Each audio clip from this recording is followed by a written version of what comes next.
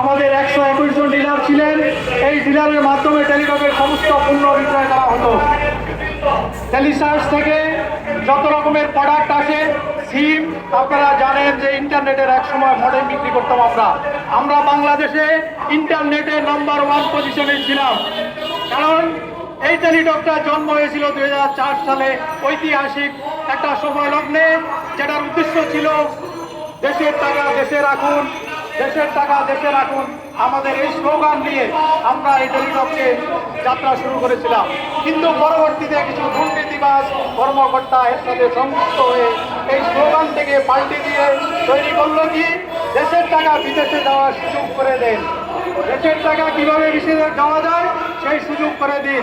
আমাদের যখন প্রোডাক্টগুলি ভালো ভালো নিয়ে আসা হয়, আমরা যখন ইন্টারনেটে নাম্বার 1 পজিশনে ছিলাম, তখন বিদেশি কোম্পানির কাছ থেকে এই কর্মকর্তারা সুযোগ সুবিধা গ্রহণ করে আমাদের সেই ইন্টারনেটের প্রথম পজিশন থেকে আমাদেরকে একদম তলানিতে নিয়ে এসেছিল।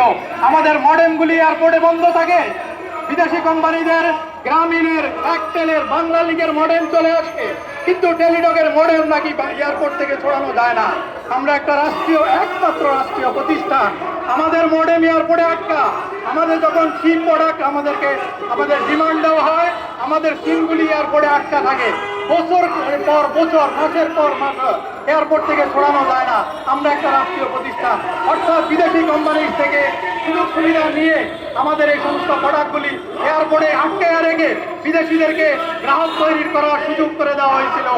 যখন দেখা গেছে বিভিন্ন কোম্পানিগুলি 60 টাকা মিনিট, সাংবাদিক ভাইরা আপনারা অবগত আছেন, আপনাদের প্রেস ক্লাবের অপোজিটেই 10 টাকা মিনিটে এখানে আমরা এসে কথা বলতাম।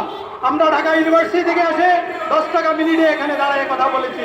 10 টাকা মিনিট, একটা সেকেন্ড হইলেও আমাদের কাছ থেকে পরবর্তী মিনিট 20 টাকা নেওয়া হতো। এই পর্যায়ে এসে টেলিটক সৃষ্টি হলো, আস্তে আস্তে কল রেট কমা শুরু হইলো। এটার উদ্দেশ্যই ছিল জনগণকে সেবা দেওয়া, জনগণের অর্থ যাতে লুটপাট করতে না পারে বিদেশি কোম্পানিগুলি, সেদিকে সজাগ দৃষ্টি রাখা। টেলিটক আসার পরে আপনারা দেখেছেন রাস্তার মধ্যে মানুষ শুয়েছিল। আমার বন্ধুরা রাস্তায়, উত্তরা রাস্তায় খেতা কম্বল নিয়ে 4 দিন শুয়েছিল। 4 দিন শুয়ে থাকার পরে টেলিটকের সিম পেয়েছে 5,000 টাকা দিয়ে।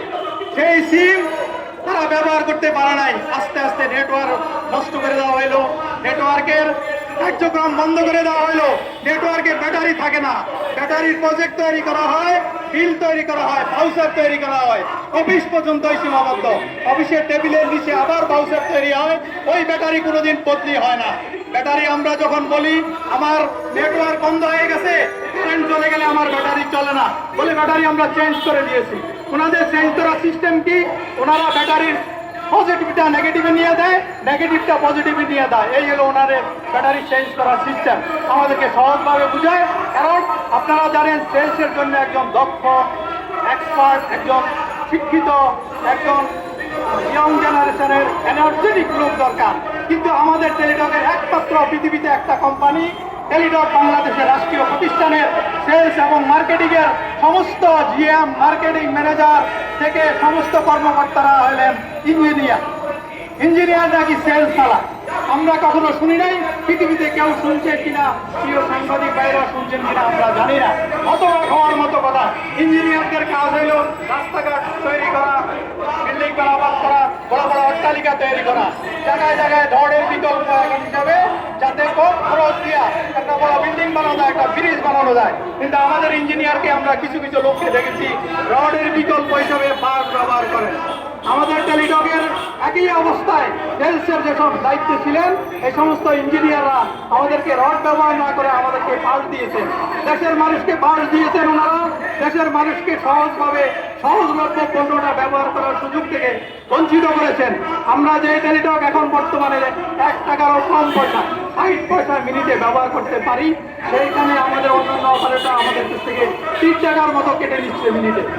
আমাদেরকে বলে আমরা আপনাদেরকে 60 পয়সা মিনিট দিব, 1 টাকায় দিব, কিন্তু আমরা কল করার পরে নাকি সেটা 3 টাকার উপরে কেটে চলে যায়।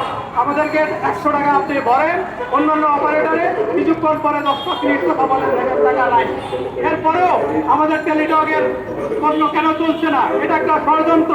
এই ষড়যন্ত্র করে আমাদের বর্তমান ম্যানেজমেন্টগুলি প্রত্যেকটা পদে পদে দুর্নীতি করেছেন। আমাদের মার্কেটিং এর জন্য পোস্টার, ব্যানার, হেডফোন